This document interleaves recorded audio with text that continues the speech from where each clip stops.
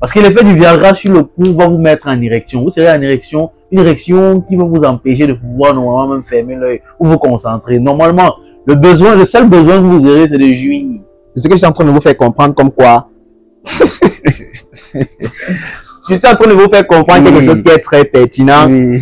Et vous êtes en train de vouloir tarauder là-dessus. Non, je ne taraude pas parce que je vais vous amener à comprendre que vous dites que vous avez des principes, mais vous pouvez aller à la rencontre de vos principes. Je ne peux pas aller à la rencontre de mes principes. Je pourrais utiliser tout autre moyen possible. Lesquels? Sauf la masturbation. Lesquels? Je préfère garder ça pour moi. On va continuer. Non, ne gardez pas pour vous parce que nous, on souhaite savoir. Tous ceux qui nous regardent là souhaitent savoir comment vous allez faire pour jouir. J'utilisais tout autre moyen, sauf la Lesquels? masturbation.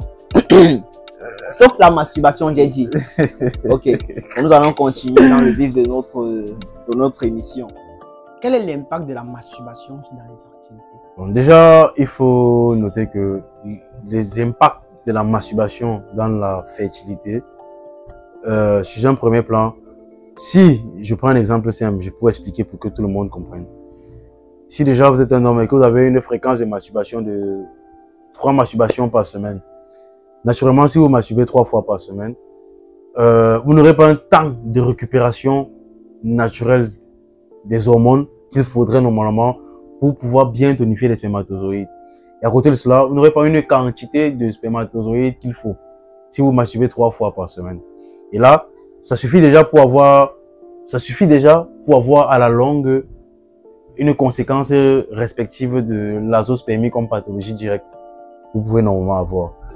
Maintenant, à côté, il faut noter aussi que la masturbation n'a pas tant de conséquences négatives. Elle a aussi des conséquences positives. Ah bon? Oui, il faut le noter. Parce que déjà, chez l'homme, la masturbation permet déjà de pouvoir prévenir le cancer de la prostate. Parce que, on le dit, pour prévenir la prostate, il faut avoir une fréquence de 12 rapports en moyenne par semaine. Ok. Oui. D'accord. Et maintenant, chez la femme, la conséquence positive est que la masturbation chez la femme permet d'évacuer ou de dépasser le stress.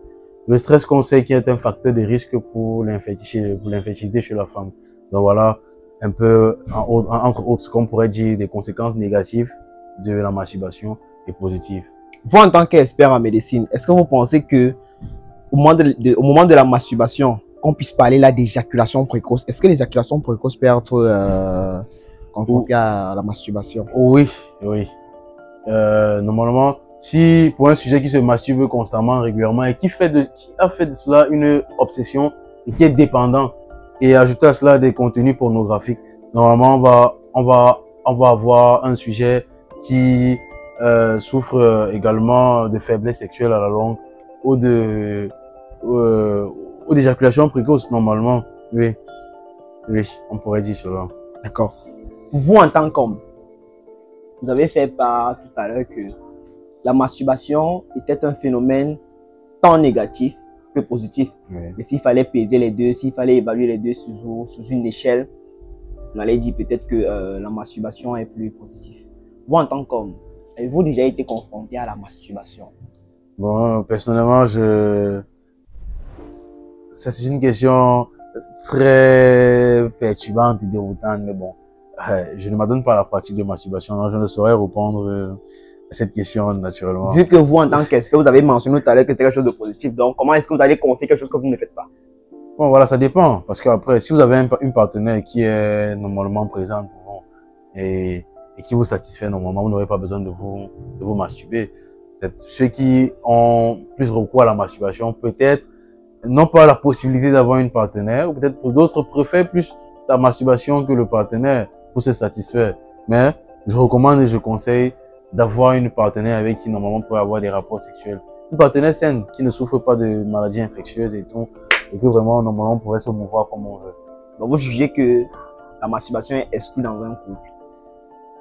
Ça dépend. Il y a des couples qui vivent à distance et qui normalement peuvent se permettre de se masturber pour éviter, en fait, pour assouvir ses besoins sexuels, pour se libérer d'une certaine pression obsessionnelle et ne pas penser normalement commettre des bêtises qui pourraient compromettre la nature de la relation.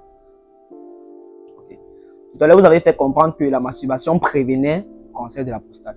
N'est-ce pas? Oui. Est-ce qu'il y a d'autres moyens de pouvoir prévenir cette prostate-là. Parce que en vous entendant parler, la masturbation était le moins, était le moins idéal Non, pour prévenir. c'est pourquoi je dis, normalement, pour prévenir le cancer de la prostate, il faut avoir en moyenne 7 à 12 rapports sexuels par semaine.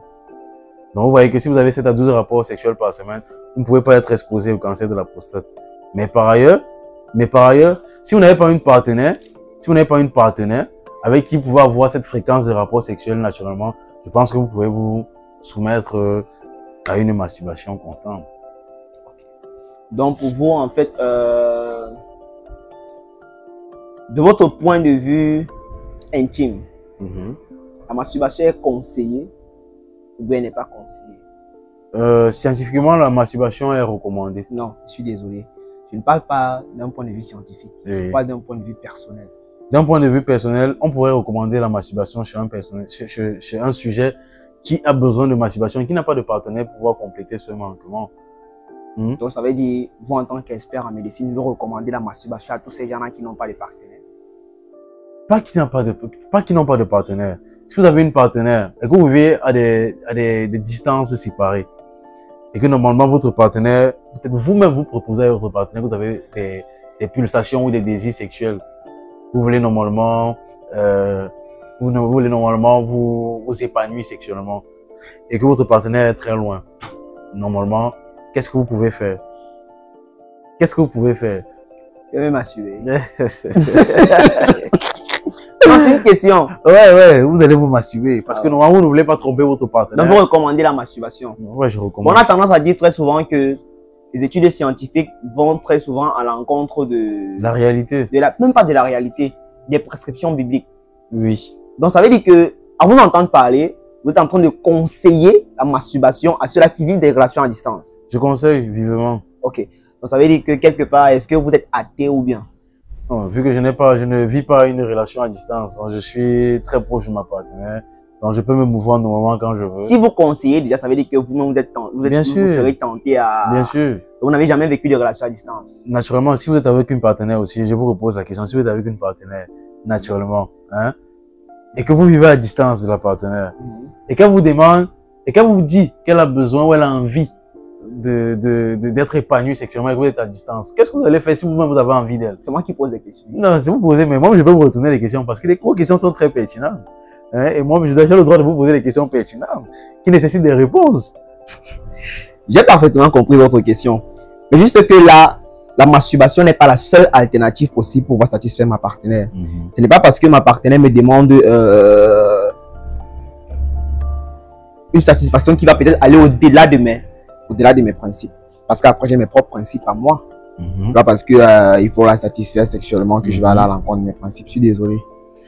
Bon, je vais vous poser une question, sortez un peu du cadre ou du contexte. Si, naturellement, vous arrivez chez vous,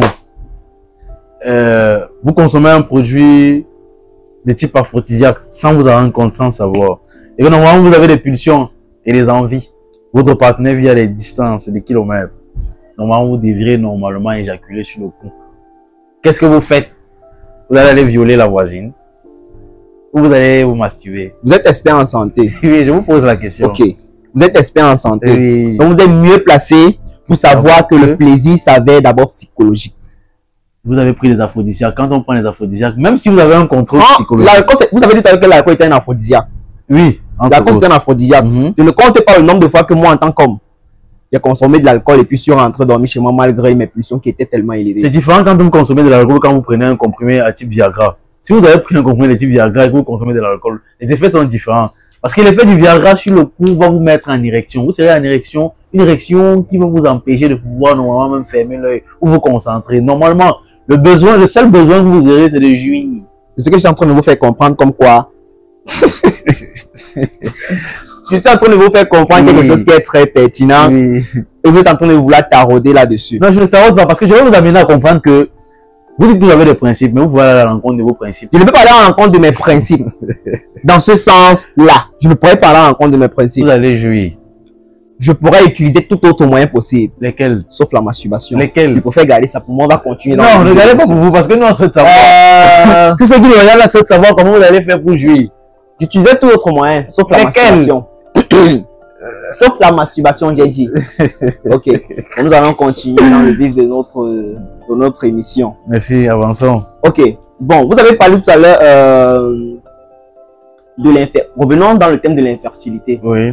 Pour vous, en tant qu'expert de médecine dans ce sens-là, quel est le bilan requis après un diagnostic d'infertilité? Normalement, le bilan requis chez l'homme, normalement, va s'adresser uniquement sur le spermogramme. Le spermogramme est l'examen qui nous permet de quantifier, de connaître en fonction de la quantité, du volume et du type. Donc, le type, c'est la forme des spermatozoïdes qu'on aura. Le spermogramme, c'est l'examen chez l'homme qui nous permet de pouvoir normalement mieux nous situer. Chez la femme, on aura un bilan endocrinien, c'est-à-dire de type hormonal. On va faire également un dosage hormonal de la FSH. On va faire également la LDH. On va faire également l'estradiol. L'estradiol sont les examens qui vont nous permettre également de connaître si la femme a des hormones assez équilibrées qui pourront la permettre de féconder ou de pouvoir normalement concevoir. Et également, il y a le bilan infectieux. L'examen tel que le chlamydia, le mycoplasme et un PCV également qui pourront normalement nous situer, entre autres. Et aussi, il va falloir mener des enquêtes. On mène des enquêtes pour savoir pourquoi est-ce que vous ne concevez pas, pourquoi vous ne tombez pas enceinte, pourquoi est-ce que vous avez un problème de conception. Donc les enquêtes vont nous amener à pouvoir comprendre ou à trouver des réponses aux questions qu'on se pose. Là, on pourrait être mieux situé. Mais déjà chez l'homme, c'est le spermogramme. Chez la femme, on a un dosage hormonal, on a un bilan infectieux et il faut mener des enquêtes également pour savoir tout ce qui ne va pas. D'accord, merci pour cette précision-là. Bon, la question que je vais vous poser, c'est concernant, je sais pas comment je vais les qualifier, concernant toutes ces personnes-là qui ont décidé de s'auto-proclamer, si on va dire ça comme ça, docteur ou bien expert en médecine traditionnelle. Bon, quelle est votre appréhension sur la particularité de la médecine traditionnelle dans l'infertilité?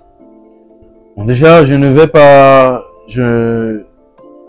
dire des choses qui vont vexer, mais toujours est-il qu'il faudrait rencontrer un spécialiste en santé. Quand je parle en santé, c'est en médecine conventionnelle. Donc, rencontrer un spécialiste, exposez-vous pour une prise en charge de qualité.